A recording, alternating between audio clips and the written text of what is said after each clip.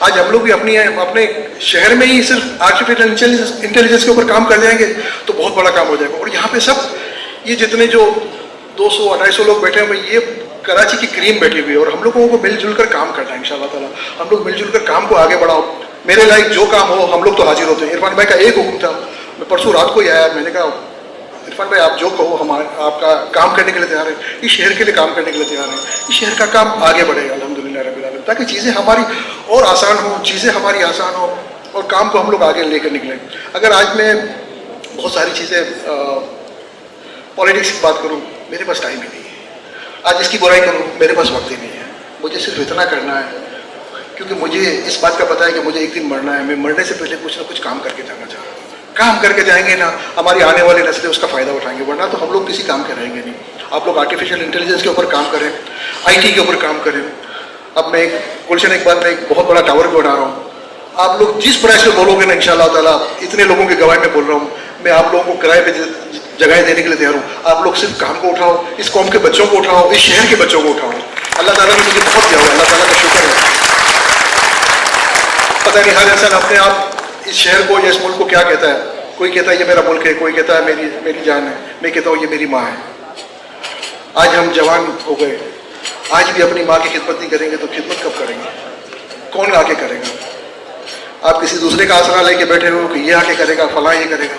ایسا اس ملک کا کام کرنا بہت اللہ تعالیٰ کے کرم سے کہتا ہوں. اگر ہمارے چند لوگ اچھے لوگ آ جائیں, ہم ان کے ساتھ دینے کے لیے تیار ہیں, ہم یہ کام کرنے کے لیے تیار ہیں. میں نے بہت ساری ہائی گورنمنٹ آفیسرس پہ بھی بات کی. میں نے کہا آپ جتنے نیگیٹو پوائنٹس ہیں نا, مثال کے طور پہ آپ کا PIA, آپ کی اسٹیل ملز ہیں, اس طرح کے 10 پروجیکٹس ہیں, آپ صرف اس کو ٹھیک کر لو. ٹھیک نہیں کر سکتے اسے آؤٹ ہو جاؤ.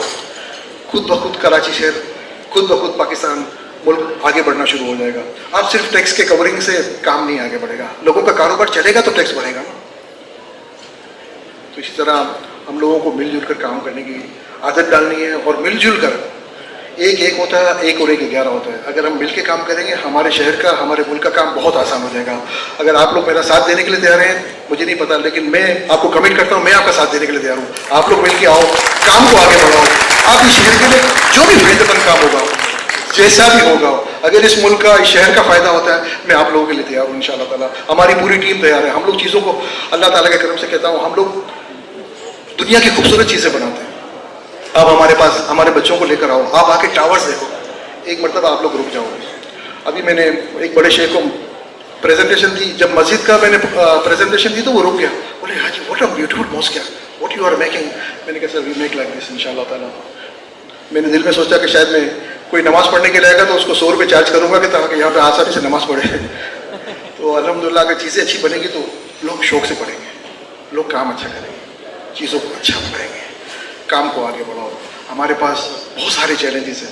اگر ان چیلنجز سے ہم لوگوں نے نمٹ لیا نا, یہ مت انتظار کرو کہ یار چیف منسٹر یہ کر دے گا, گورنر صاحب یہ کر دیں گے, پرائم منسٹر یہ کر دے گا. اگر ہم لوگ کچھ کریں گے تو ان کو بھی شرم آئے گی کہ یار ان لوگوں نے جب اتنا کر لیا تو ہمیں بھی کرنا پڑے گا. ان کو اتنا مجبور کر دو, اس لیول پہ لے کر جاؤ کہ کبھی کو وہ لوگ خود سوچیں کہ یار اب ہمیں اس ملک کو, اس شہر کو آگے نکالنا ہے. آج دنیا کے ملکوں کو دیکھتے ہیں, آج آپ دبئی کو دیکھ لو. آج اگر کوئی دبئی جا رہا ہے, JLT کو کسی نے دیکھا ہو, اس کو شروع کرنے والا میں ہوں. کچھ بھی نہیں تھا وہاں پہ, صرف ریگستان تھا.